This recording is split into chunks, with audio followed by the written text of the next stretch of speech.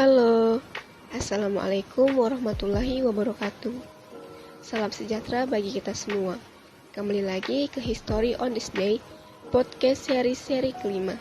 Di seri kelima ini kita akan membahas mengenai revolusi Prancis yang bertepatan pada hari ini. Saya, Tiara Novitasari, mahasiswa pendidikan sejarah FKIP Unsri 2021, berkesempatan menjadi narator untuk podcast kali ini. Sejarah Revolusi Prancis. Revolusi Prancis juga disebut Revolusi 1789, gerakan revolusioner yang mengguncang Prancis antara tahun 1787 dan 1799 dan mencapai klimaks pertamanya pada tahun 1789.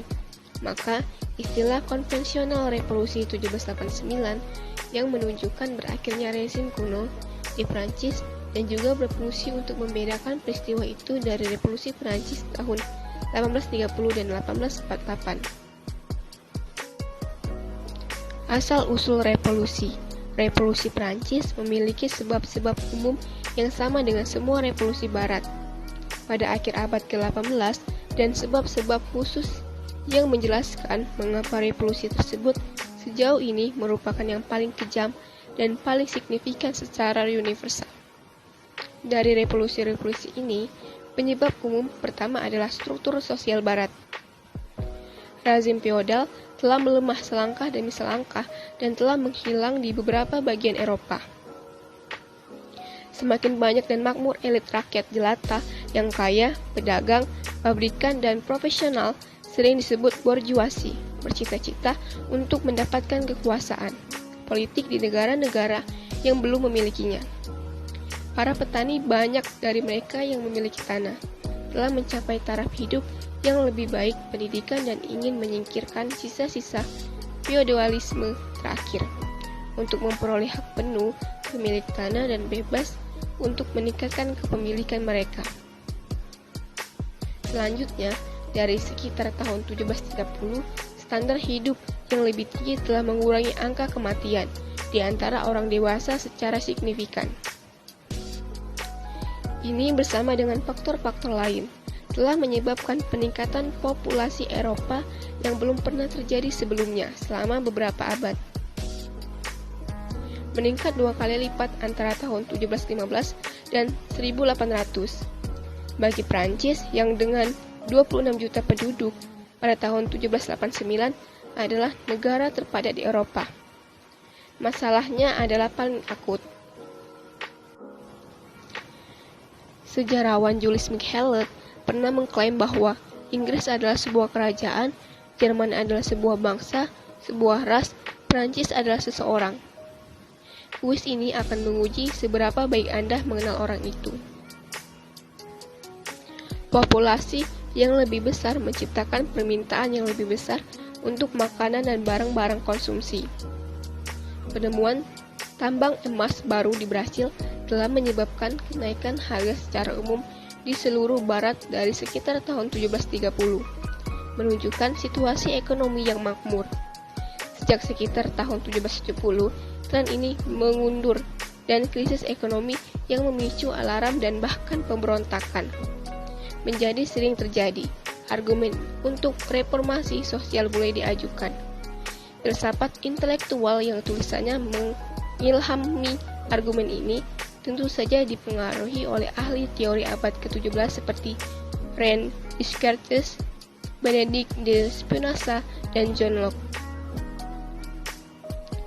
Tetapi mereka sampai pada kesimpulan yang sangat berbeda tentang masalah politik, sosial, dan ekonomi.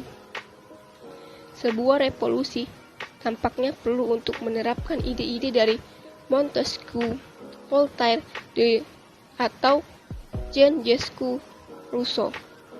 Pencerahan ini disebarkan di antara kelas-kelas terpelajar oleh banyak masyarakat pemikiran yang didirikan pada waktu itu, pondok-pondok masonik, masyarakat pertanian, dan ruang baca. Namun, tidak pasti apakah revolusi akan datang tanpa kehadiran tambahan dari krisis politik.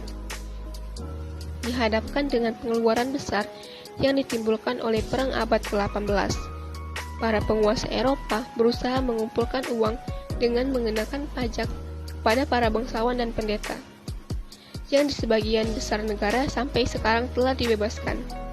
Untuk membenarkan hal ini, para penguasa juga menggunakan argumen-argumen maju para pemikir dengan mengadopsi peran lalim yang tercerahkan.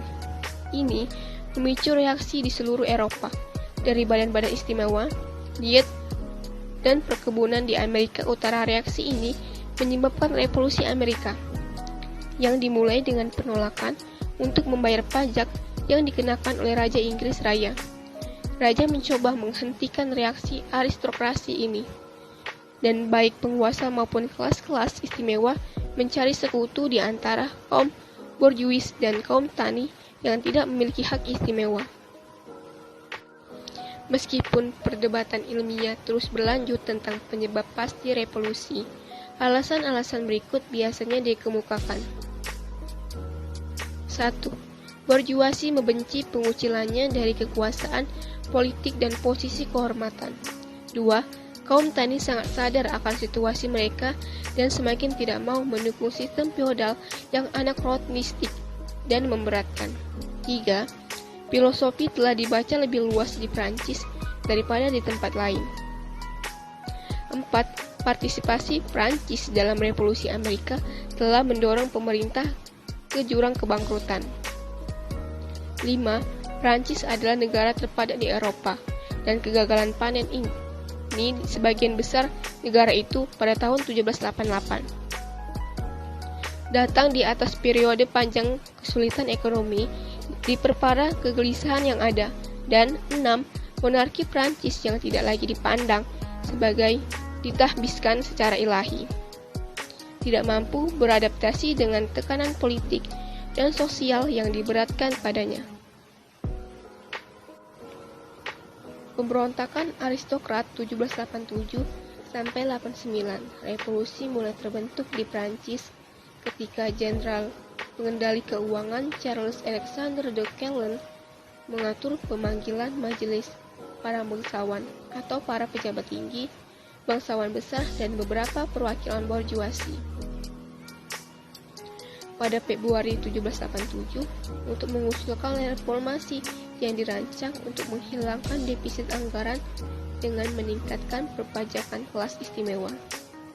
Majelis menolak untuk bertanggung jawab atas reformasi dan menyarankan pemanggilan Estates General yang mewakili pendeta, aristokrasi, dan truth estate atau rakyat jelata, dan yang tidak pernah bertemu sejak 1614.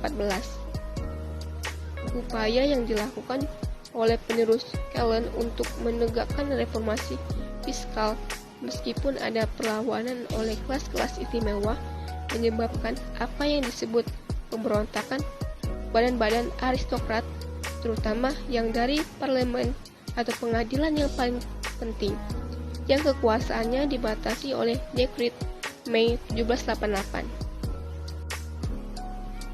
Selama musim semi dan musim panas 1788, terjadi kerusuhan di antara penduduk di Paris, Grenoble, Dijon, Toulouse, Pau, dan Rennes.